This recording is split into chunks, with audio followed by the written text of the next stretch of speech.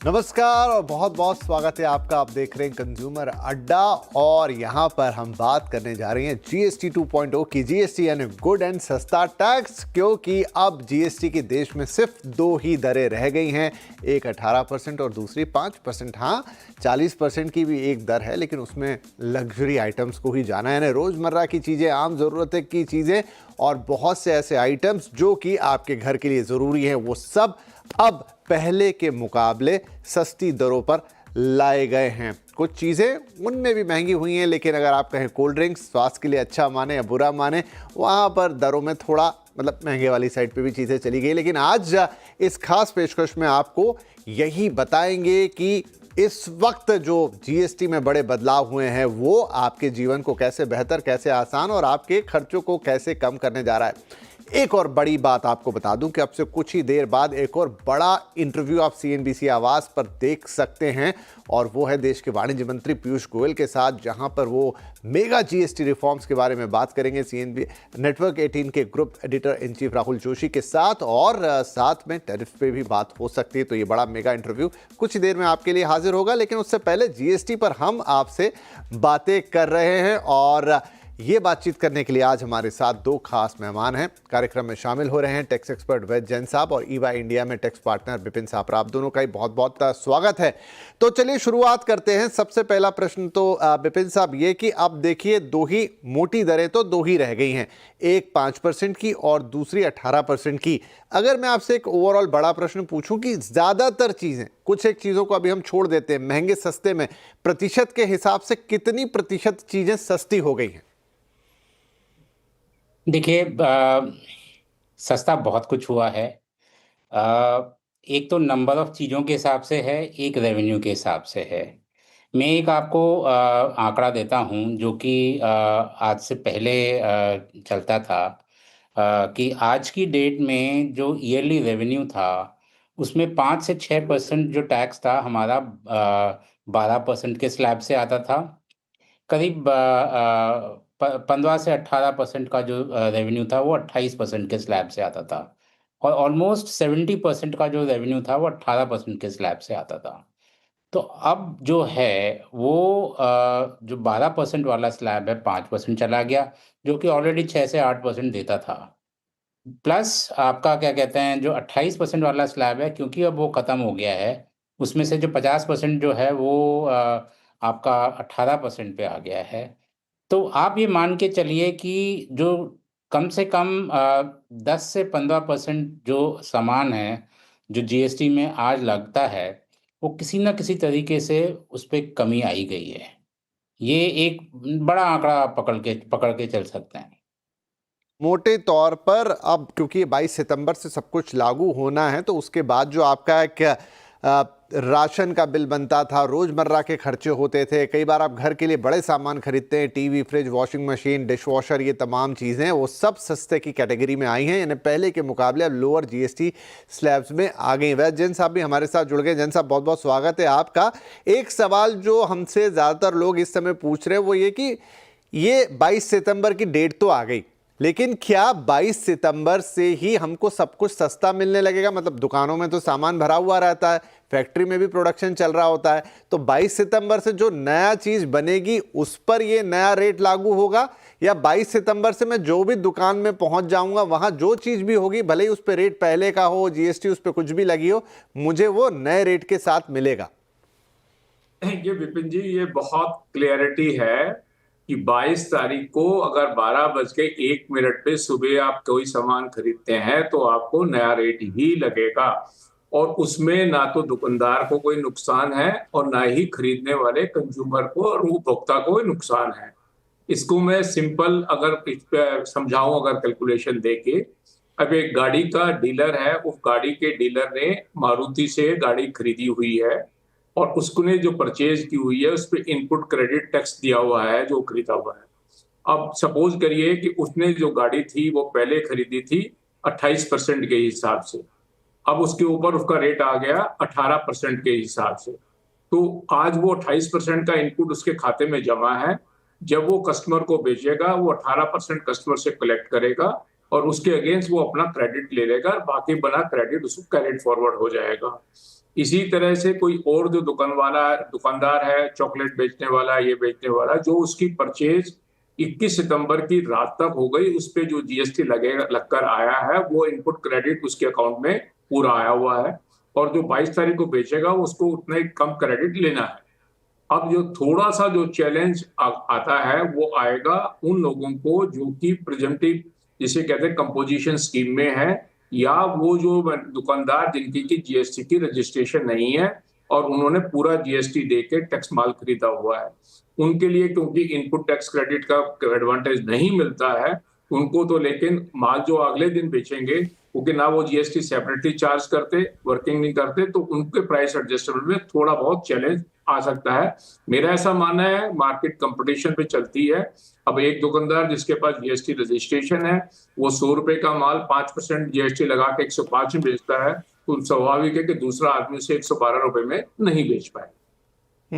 तो एक सवाल मेरे मन में और आया, एक तो कार से एग्जांपल दिया यहाँ पर जैन साहब ने। विपिन साहब, अब मान लीजिए छोटी सी चीज, एक शैम्पू में लेने गया, उस पर तो एक एमआरपी छपी हुई है, अब मैं वो क्या जाके वहाँ कैलकुलेशन करूँ कि पहले ये 28 में था, अभी 18 में आ गया, या 18 से 5 में आ गया, तो इस पर एग्जैक्टली कितने पैसे कम हुए, अब वो दुकानदार मेरे साथ कितनी ईमानदारी बरतेगा, मैं उससे क्या मांगूंगा, ये कैसे होगा? देखिए, आपका जो सवाल है बिल्कुल जायज़ है, पर आप ये मान के चलिए कि जो एमआरपी लिखी हुई है वो बेचेंगे तो उस एमआरपी पे ही, या उसके ऊपर जो आपको डिस्काउंट देते हैं या जो भी करते हैं आपका दुकानदार से जो वो है, पर जब वो टैक्स पे करेंगे वो पे करेंगे 5%। तो जो वैल्यू जिस पे टैक्स पे की जा रही है वो चेंज हो जाएगी, बट टैक्स आपका 5% ही रहेगा। चलिए, तो मतलब मुझे फिर मैं मतलब उतने में ही चीज़ खरीद के लाऊंगा, वो कैलकुलेशन में उतना ही रहेगा, लेकिन मुझे अब मान लीजिए 100 रुपये का शैम्पू था, तो मुझे वो जो फीलिंग आनी चाहिए ना कि अब इस पे जीएसटी कम हो गया, अब ये मेरे को 95 में मिले, तो 95 में नहीं मिलेगा। आपको आप क्योंकि आपको सब मालूम है तो आपको डिस्काउंट मांगने का पूरा हक है। बट ये ना, आपने जो मुद्दा उठाया है ये बहुत ही इंटरेस्टिंग मुद्दा है, और इसके ऊपर सारी एफएमसीजी कंपनीज भी डिस्कस कर रही हैं और सारे प्रोफेशनल्स भी डिस्कस कर रहे हैं कि जब एमआरपी, जब आपका जो सामान आपका स्टॉक में पड़ा है जिसको बेचना है, जिस पे एक एमआरपी लगी हुई है, नॉर्मली वो एमआरपी को चेंज करने की बात होती है कि आपको वो एमआरपी चेंज करके नई एमआरपी लगाइए, जिसमें आपका जो नया टैक्स है वो लिया जाए। क्योंकि अल्टीमेटली ये जो बेनिफिट है वो बेनिफिट आगे पास ऑन करने की एक जिम्मेदारी है इंडस्ट्री की। गवर्नमेंट ने एंटी प्रॉफिटेरिंग का क्लॉज नहीं लगाया है इस बार, बट एक आशा करती है कि आप सारा का सारा जो टैक्स है वो आप आगे पास करेंगे। इंडस्ट्री की जो प्रॉब्लम है वो ये है कि आपका जो अब 5 रुपए का शैम्पू का पाउच है उसको 4 रुपये 35 पैसे में बेचना या 4 रुपये 85 पैसे में बेचने में बड़ी दिक्कत है। तो वहाँ पे ये नुएंसेस हैं, और हर प्रोडक्ट, हर एसकेयू पे एक अलग तरीके से दिखा जाएगा, बट टैक्स 5% ही पे होगा। ओके, ठीक है। जैन साहब, ऐसा ही एक और बातें ये आ रही है, वो कार के, आपके कार पे उदाहरण पे वापस आता हूँ। कई एक्सपर्ट ऐसा कह रहे हैं, कई जनों से मैंने ये बातें होती हुई सुनी कि 1200 सीसी से नीचे की कारें तो सस्ती हो गई, उनका टैक्स स्लैब बदल गया, 28 से 18 में आ गई, क्लीन बात है। लेकिन जो महंगी कारें होती थी जिन पे पहले 28% यानी हाईएस्ट जीएसटी स्लैब लगता था, 20% का उस पर सेस लगता था, ऐसे करके वो 48% पे दर पहुंच जाती थी। लेकिन अब वो सेस तो हट गया, कंपनसेशन, तो 40% पे ही आपको वो कार मिलेगी। तो यानी महंगी कारों पे जो एक तरह से देखने में लग रहा है कि यहाँ पे तो टैक्स रेट बहुत बढ़ गया या महंगा हो गया, लेकिन असल में एक्चुअल में जितना पहले दे रहे थे शायद अब उससे कम देना होगा। क्या यह बात सही है? बिल्कुल सही कह रहे हैं। देखिए, सेस के बारे में लोगों को थोड़ी सी भ्रांति शायद क्लियर नहीं है, मैं ये कहूंगा। देखिए, सेस क्या था, हमारे यहाँ 4 रेट हमने बनाए, 5, 12, 18 और 28। और सेंटर ने ये कहा कि देखिए 1 जुलाई 2017 से हम जीएसटी लागू कर रहे हैं, और स्टेट गवर्नमेंट को जब हमने कॉन्स्टिट्यूशनल अमेंडमेंट की तो ये प्रॉमिस किया था कि आपकी 14% की एनुअल ग्रोथ जीएसटी में आएगी। किसी स्टेट की अगर 14% की एनुअल ग्रोथ कलेक्शन में नहीं आती है तो सेंटर उसकी पेमेंट करेगा। पेमेंट करने के लिए एक सेस माध्यम बनाया गया कि 28% से ऊपर का जो सेस लगाया जा रहा है वो एक कॉन्टिजेंट फंड है जिसमें पैसे आ जाएंगे ये पैसे ना सेंटर को बिलोंग करेंगे ना स्टेट को बिलोंग करेंगे। इसमें से जिस स्टेट का भी कोई कंपनी होती है 14% की ग्रोथ में, तो वो पेमेंट करी जाएगी। अब वो पेमेंट हो गई पूरी, लगभग छोटी मोटी बची हुई है जो वित्त मंत्री जी ने कल कहा कि हम गुटखा पान मसाला वालों को कैरी फॉरवर्ड करके वो पेमेंट कर देंगे। अब वो सेस खत्म करा तो उसकी जगह पे एक नया रेट लिया है 40% का। तो अब इस 40% में सेंट्रल और स्टेट दोनों का 20-20% का हिस्सा हो गया और सेस खत्म हो गया, कॉन्टिजेंट फंड नहीं होगा। और इसके अलावा अब जिसके ऊपर भी इसके अलावा ज्यादा रेट लग रहा था, क्योंकि सेस के रेट डिफरेंट थे, डिफरेंट आइटम पे डिफरेंट थे। जैसे आपने कहा कि लग्जरी गाड़ी पे 28% प्लस 20% 48 था, तो स्वाभाविक है वो 40 हो गया। अब 40% से ज्यादा कोई रेट नहीं है और कोई सेस नहीं है। अगर किसी भी आइटम पे इस समय 40% से ज्यादा का रेट लग रहा है सेस मिला के, वो ये मान के चलें कि वो रेट घट के 40 में ही आ गया। 40 से ऊपर कोई रेट नहीं बनाया गया किसी भी गेम के ऊपर।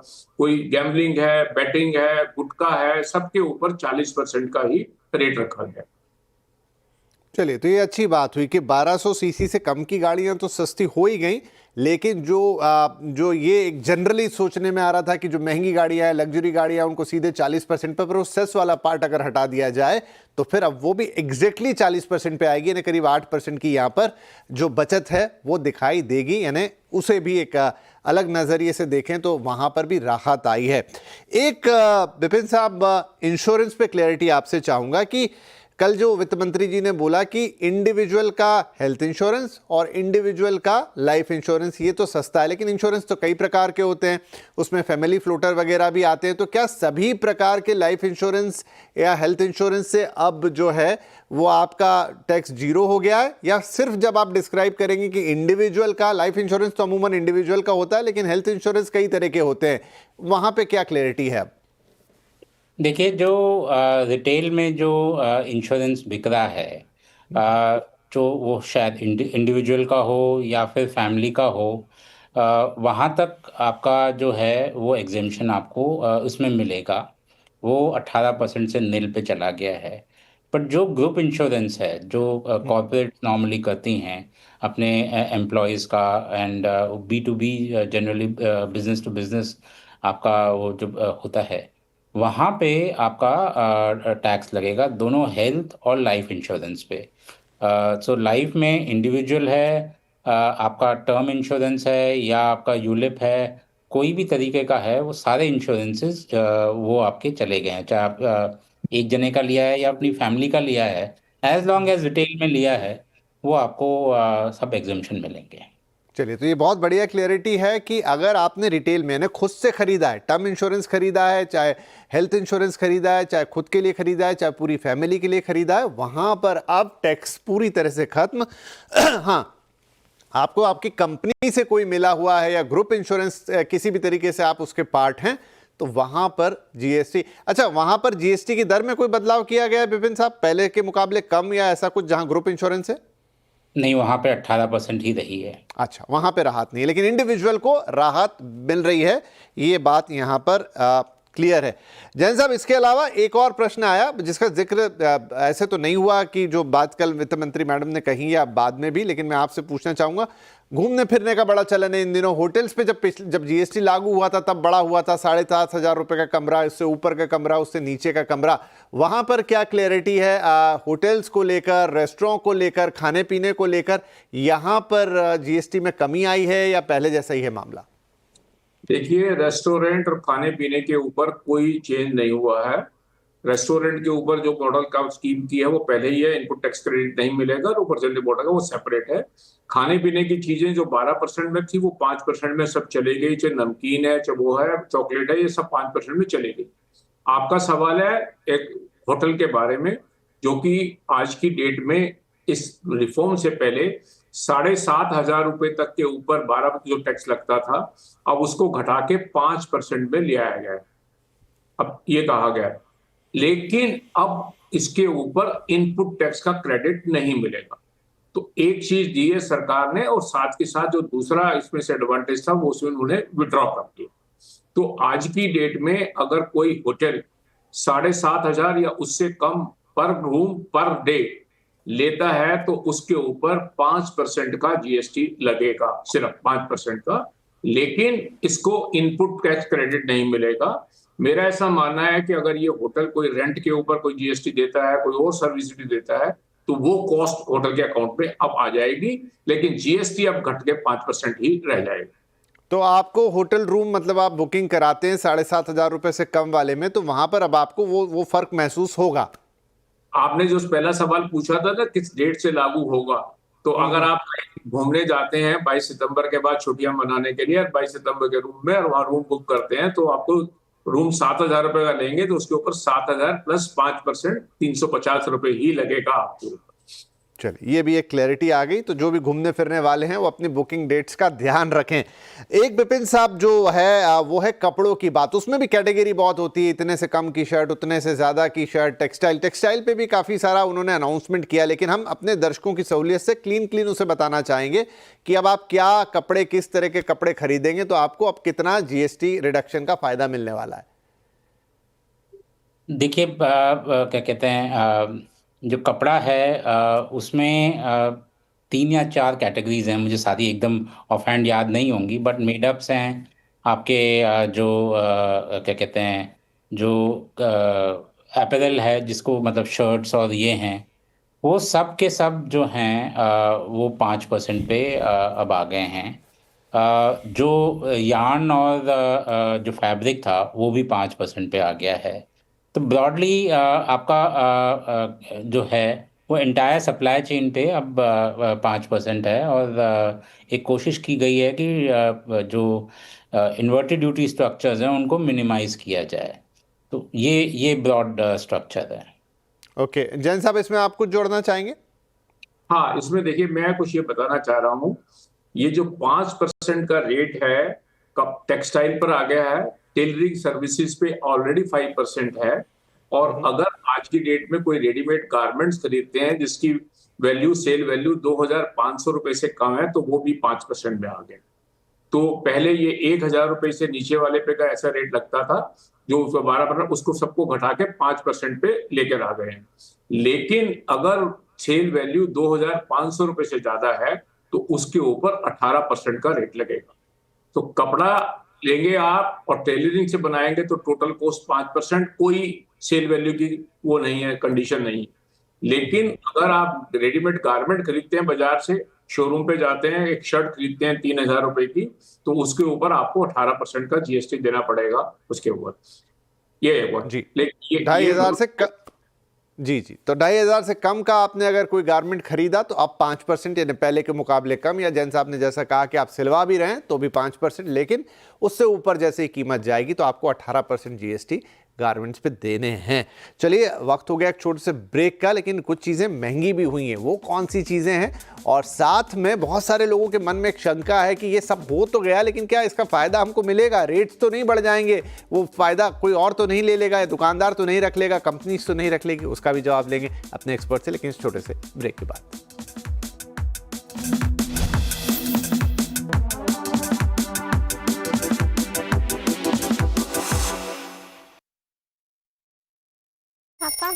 बैक, बात हो रही है जीएसटी 2.0 की, जिसे हम कह रहे हैं गुड और सस्ता टैक्स, क्योंकि अधिकतर चीजें अब 2 स्लैब बन जाने के कारण पहले के मुकाबले सस्ती कर दी गई हैं, ताकि आपको राहत मिले। आपके वो जो ग्रॉसरी बिल से लेकर तमाम जो अप्लाइंसेज या और इस तरह की कोई चीज़ें, घर की चीज़ें आप जो खरीदते हैं वो सस्ती हो जाए। इनफैक्ट एक लेवल तक कारें और मोटरसाइकिल्स भी सस्ते हो गए हैं। हर तरफ से राहत की एक कोशिश है।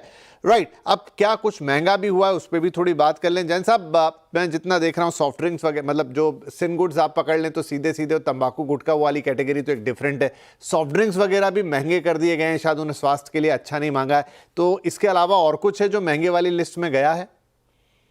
देखिए, जब ये एक्सरसाइज की जाती है तो नेचुरली एक बैलेंसिंग एक्सरसाइज तो कुछ की जाती है।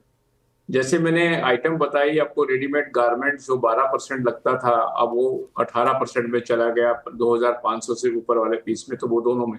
फुटवेयर भी जो 2,500 रुपए से ज्यादा की कॉस्ट पे 12% लगता था, वो 18% में चले गए। ये 2 आइटम तो ये डेली यूज की जो है मैं समझता हूँ चले गई हैं। और बाकी जो कार्बोनेटेड वाले हैं वो 28 से 40 में चले गए हैं। कार्बोनेटेड वाटर है वो, ये जितने भी जिसमें शुगर एडिड प्रोटीन मटेरियल है, सॉफ्ट ड्रिंक वगैरह हैं, ये सब 40% में चले गए हैं। क्योंकि कोल एक ऐसे आइटम है जिसके ऊपर 18% आ गया टैक्स, 5% पे 18, कोल के ऊपर भी 18% का टैक्स आ गया है। तो कुछ आइटम ऐसी हैं जिसके हाँ ऊपर रेट बढ़ाए गए हैं इसके। ओके, चलिए, तो कपड़े और जूते जो ऐसे हैं 2,500 के ऊपर, वो 12 से 18 में गए, वो थोड़ा ज़रूर पिंच होगा। एरिएटेड सॉफ्ट ड्रिंक्स की जहाँ तक बात है, एक लेवल तक पिए तो ठीक है, लेकिन अति अगर जो कर रहे हैं तो शायद वो पिंच हो, आपको यह सरकार चाह रही हो, जिसमें बहुत ज़्यादा शुगर एडेड होती है या वो स्वास्थ्य के लिए उतने अच्छे नहीं होते हैं, तो उनको भी ऊपर की कैटेगरी में डाल दिया गया है और ये थोड़े से महंगे हो गए, लेकिन ज़्यादातर चीज़ें यहाँ पर सस्ती ही हुई है। विपिन साहब, अब और कुछ ऐसा जो आपको लग रहा है कि जिसकी उम्मीद थी कि ये सस्ता हो सकता है लेकिन वो महंगा हुआ हो, या फिर नहीं, ऐसी कोई आइटम नहीं है?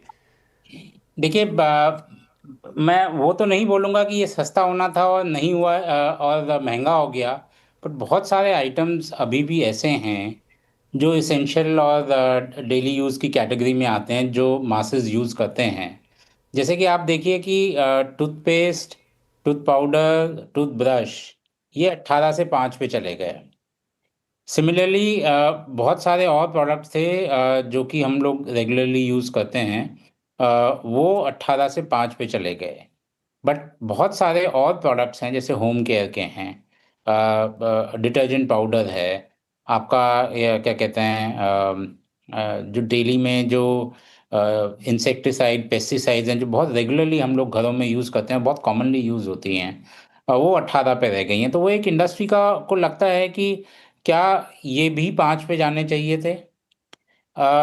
ऐसे ही कुछ और प्रोडक्ट्स हैं, जो सर्विसेज खासकर, जो 18% पे चली गई हैं, जो पहले 12% पे थी या फिर लोअर रेट पे थी। उनके लिए एक थॉट प्रोसेस है कि कहीं ऐसा तो नहीं कि गुड्स तो सस्ते हो रहे हैं, लेकिन उनको साथ जैसे डिलीवरी सर्विसेज के ऊपर जो पहले 5% पे थी, लोकल डिलीवरी सर्विसेज को 18% पे लाया जा रहा है। दैट मीन्स जो हम लोग ज़ोमैटो, स्विगी और इनसे जो डिलीवरी की सर्विसेज हैं, खाने की नहीं, वो जो हैं वो 18% पे जाने का चांस है। तो कुछ सर्विसेज 18 पे गई हैं। बाकी कुछ प्रोडक्ट्स हैं जो 5 से 18 पे गए हैं, जी, बट वो थोड़े बहुत ही हैं, 12 से 18 पे, सॉरी 5 ठीक से है। 18। क्विकली एक सवाल वैसर, वो ये कि बहुत सारे लोगों के मन में ये भी आशंका है कि ऐसा तो नहीं होगा कि कंपनियां अपने दाम बढ़ा देंगी, चीज़ों को और महंगा कर देंगी और वो जो फ़ायदा उनको मिलना चाहिए जीएसटी का वो नहीं मिलेगा? क्या ये मिथ ज़्यादा है, भ्रांति ज़्यादा है, या ऐसा हो भी सकता है? देखिए विपिन जी, एक फ्री इकोनॉमी में कंपटीशन फैक्टर होता है जो हर चीज के प्राइस को डिटरमिन करता है। मन तो बहुत कुछ करता है प्रॉफिट ज्यादा कमाने का, लेकिन कंपटीशन एक ऐसी चीज है जो लोगों को मजबूर करता है कि आपको पेरिटी रखनी जरूरी है। जो अभी आपने एग्जांपल दी थी, जितने भी प्रोडक्ट हैं, मैंने उसके बारे में ये कहा था कि देखिए, आज रेट आप बढ़ेंगे तो जब दूसरे का माल सस्ता होगा तो वो नेचुरली सस्ते में बेचेगा कंपटीशन के अंदर, तो over a period equilibrium achieve होता है। यही कल अगर आपने प्रेस कॉन्फ्रेंस सुना होगा तो रेवेन्यू सेक्रेटरी साहब ने भी बहुत क्लैरिटी से इस बात को एक्सप्लेन किया था कि भाई एंटी प्रॉफिटरिंग की क्लॉज हम क्यों नहीं लगा रहे। उनका कहना यह था कि हमारा पिछला अनुभव 2017 में स्टैटिस्टिकल डाटा ये सपोर्ट कर रहा है कि इंडस्ट्री ने जो बेनिफिट आया था वो कंज्यूमर को पास ऑन किया है। और मेरा ऐसा मानना है कि इस समय भी जो ये बेनिफिट आया है अल्टीमेटली कंज्यूमर को। अब आप गाड़ी खरीदने जाएंगे जिसके पास से, अगर वो गाड़ी वाला आपसे 28% 1200 सीसी की गाड़ी पे कैसे लेगा? वो आपसे 18% ही लेगा उसके बारे में वर्किंग में। और जब उसके ऑटो पार्ट भी 18% में आए हैं, क्योंकि हर चीज में कंपटीशन है। एक गाड़ी एक कंपनी बेच रही है, गाड़ी दूसरी कंपनी बेच रही है। इसी तरह से कोई शैम्पू है या कोई ब्रांड है या कोई भी आप आइटम खरीदने जा रहे हैं तो नेचुरली है वो कंपटीशन में वो उसके प्राइसेस की डिटर्मिनेशन होती है। टैक्स एक इंसिडेंस है जो देना पड़ता है सरकार को, उतना तो उसको दुकानदार को, जो भी सेलर है उसको रिकवर करना जरूरी है, लेकिन अगर उसकी कम है तो स्वाभाविक है वो कस्टमर के पास पास ऑन होगा, वो जरूर पूरा पास ऑन होगा, मेरा ऐसा मानना है। ठीक है, चलिए ये बढ़िया बात है कि वो राहत फिर आती हुई दिखाई देगी। अब सवाल तो और भी मन में हो सकते हैं, लेकिन समय इजाज़त आगे नहीं दे रहा है। लेकिन मुझे लगता है जितने भी एक कॉमन सवाल हो सकते हैं अभी जीएसटी के बदलाव के बाद, वो हमने आप दोनों से पूछ लिए और ज़्यादातर लोगों को अब उससे क्लैरिटी आ गई होगी कि 22 सितंबर से क्या कुछ होने वाला है और उन्हें कितनी राहत मिलने वाली है, कहाँ चीज़ें थोड़ी महंगी भी हो सकती हैं और कहाँ उनके लिए अब बचत के रास्ते खुल गए। बहुत बहुत धन्यवाद वेद सर और विपिन सर, आप लोगों ने वक्त निकाला और हमारे दर्शकों को इतनी काम की बातें बताई। नमस्कार।